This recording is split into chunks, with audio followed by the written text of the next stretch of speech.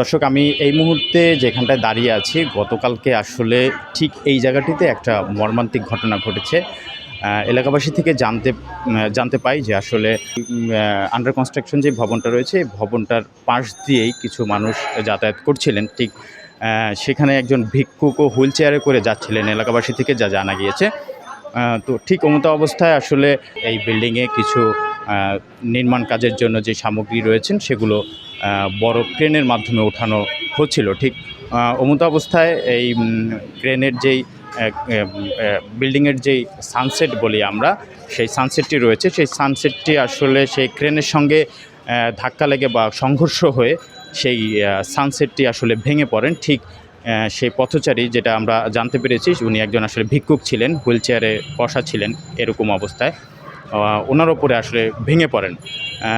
ঘটনা সেই পথচারী বা ভিক্ষুক আসলে ঠিক ঘটনাস্থলেই মারা যান। এখানে আমরা কিছু এলাকাবাসীর সঙ্গে কথা বলার চেষ্টা করব যে আসলে গতকাল যে ঘটনাটা ঘটেছে আসলে মূল ঘটনাটা আসলে কি ছিল। আমি পাক করতে যাইতেছি, ওই তেমাত গেছি, বুঝছেন, ওই তেমাত। আর ওই যে হ্যার বউ, ওই যে তুহিমাতে তো হ্যার বউ আর হ্যার মেয়ে আইতে আছে, হে মনে ওই তেমাইতে আইছে। আর আমি ওই তেমাত গেছি, এর মধ্যে ভাঙ্গে হিনে পড়ছে, ওই যে ওই বেড়া ওই গায়ে ফাঁসাই গেল। এটা দেখুন ভাঙ্গনের পর ধুলো হয়ে গেছে, কাল অন্ধকার হয়ে গেছে। পরে আমরা দেখলাম, চাই দেখলাম, ওর ওদিকে আমি আইসি, দেখলাম যে বেটা মরে গেছে। কিন্তু হ্যাঁ বউ আসলে নাকি, বউরে তো আমরা দেখলাম না। ওনার একবারে ওই পরে ওই জন্য ওই সানসেট পরে উনি একবারে এইরকম হয়ে রয়েছে, মাথা ভাঙ্গে। এটা হলো কি, স্ল্যাবটা পড়ছে যখন আমার এখানে অনেক লোকজনের ভিড় ছিল, আমি জাস্ট বিকট একটা সাউন্ড শুনলাম, যে তারপরে শুনলাম যে একটা ভিক্ষুক মারা গেছে। ওই স্ল্যাব সরায়া ওনাকে বের করা হলো, এই আমি দেখলাম। কারণ তখন আমার দোকান সেভ করার জন্য আমি ব্যস্ত হয়ে গেলাম। তারপরে কখন নাগাদ হয়েছে? গতকালকে 12টা 5-এর দিকে এরকম সময়। হ্যাঁ, 12টার আশেপাশে পুলিশ আসছিল। পরবর্তীতে পুলিশ আসছে, লাশ এখানে ছিল।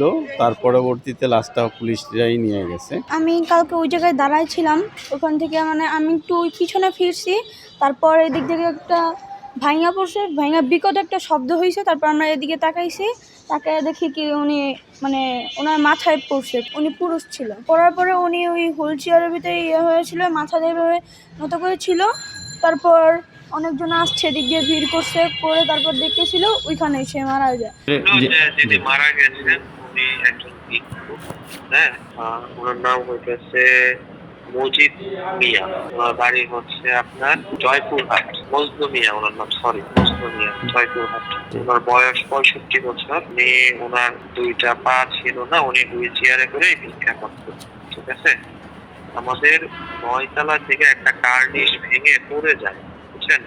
কার্নিশটা এমন ভাবে পড়ে যে একেবারে আমাদের সব দিকেই প্রোটেকশন ছিল। প্রোটেকশন থাকার পরেও হ্যাঁ, আপনার কার্নিশটা এত ওজন ছিল যে ওইটা আপনার প্রোটেকশন থেকে ধাক্কা খায় পড়ে যায় নিচে পড়ে। নিহত উনি একাই হয়, আর কেউ আহত হয় নাই। এবং পরবর্তীতে আমরা ওনার যা পরিবার আছে, পরিবারের সাথে আমরা বসছি, এবং ওই এলাকার যারা গণ্যমান্য ব্যক্তিবর্গ ছিল, হ্যাঁ, প্লটের মালিক ছিল, পরিবারের তার স্ত্রী ছিল, হ্যাঁ, মেয়ের জামাই ছিল, এবং ভাগ্নেরা ছিল, সবার সাথে বসে ওনারা কোনো মোকদ্দমা করবে না। হ্যাঁ, আমরা ওনারা যেহেতু গরিব মানুষ, ওনাদেরকে একটা ক্ষতিপূরণ দিয়েছি। ওরা হচ্ছে প্রতিবন্ধী, আমার খালি ছিল 2 পা কাটা ছিল, প্রতিবন্ধী। একটু সাহায্য করে, বুঝেননি।